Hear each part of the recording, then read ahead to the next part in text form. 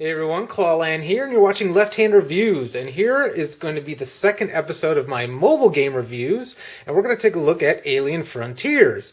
Alien Frontiers was the product of a very successful Kickstarter campaign a few years back, and in the same manner, the iPad app had its own Kickstarter from Clever Mojo Games, which was successful back in July. So let's go through the iPad app. I'll let you know if I think the $4.99 price tag is worth it. I'm not really going to go into the rules of the game too much. There's plenty of other great reviews out there if you just go to 2d6.org. So this, I just want to focus on the functionality of the app and if it holds true to the board game. So on the front here, you're going to see basically just three buttons: play, quick rules, and options. If you go into the options, it's just going to give you the option to turn sound effects on and off, as well as music. If you go to the quick rules, that's really just a PDF scan of the actual rules that are included with the board game, and there's no complaint there. The rules are very easy to understand, and the game in itself is very easy to understand, so you shouldn't have any trouble learning the game by just going through the rules here. So when I click play, I'm going to have the option to select the number of players, up to 4, and then you can select how many human players and the level of difficulty for the AI players. So I'm just going to put one human and 3 different AIs of 3 different difficulty levels.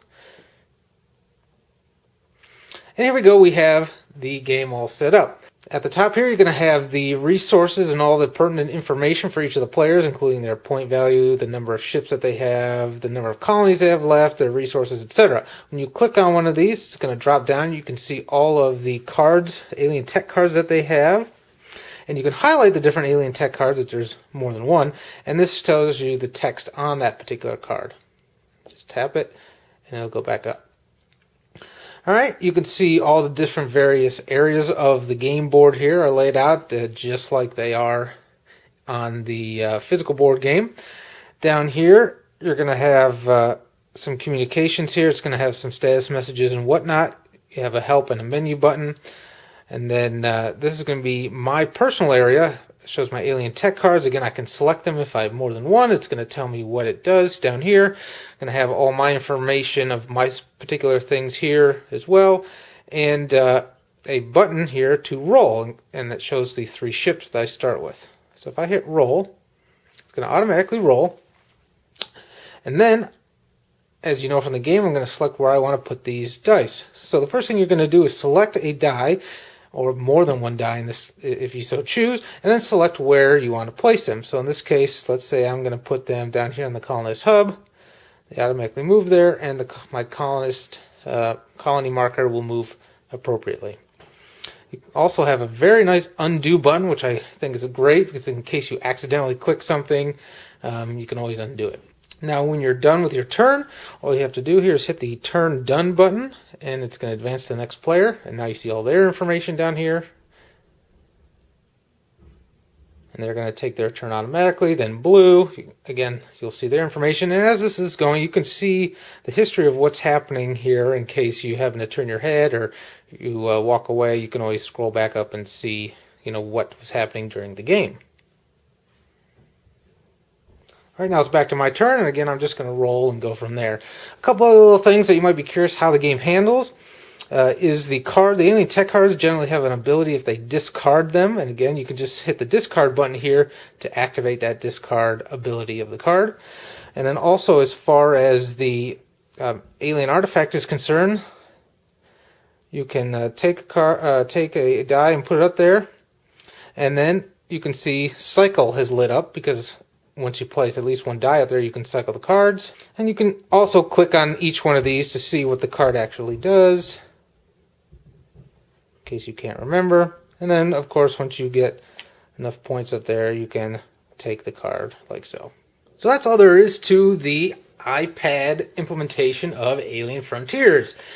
It is very true to the game. I think it works very well. The AI is okay. There's no pinch and zoom on this, as you can see, but I don't think it necessarily needs it because everything is laid out here very well. I guess my only complaint is the AI is pretty darn good. I generally play with probably all the hardest difficulties, and it gives you a pretty good run for your money, but it's not perfect all the time. But it's really hard to make, I guess, AI for board games perfect. The other thing is the AI is not terribly fast. I guess, that's cool because you can see, where it's putting all its dice. But for me, I kind of just want to like churn through the turn as quick as possible.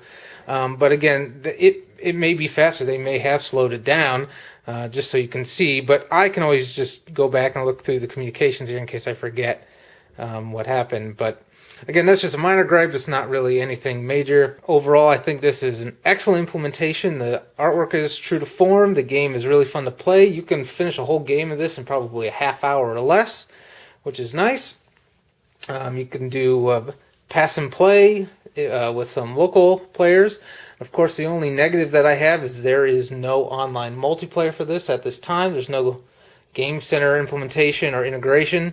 So you're going to be playing local pass and play only, or just playing against the AI. So take that with a grain of salt. If that's something that you really want to be able to do as far as playing multiplayer, you may want to wait a little bit longer. Maybe they'll release an update in the future. But for right now, it's $4.99, one player. It's really well done, and I think it's definitely worth picking up on the iTunes Store.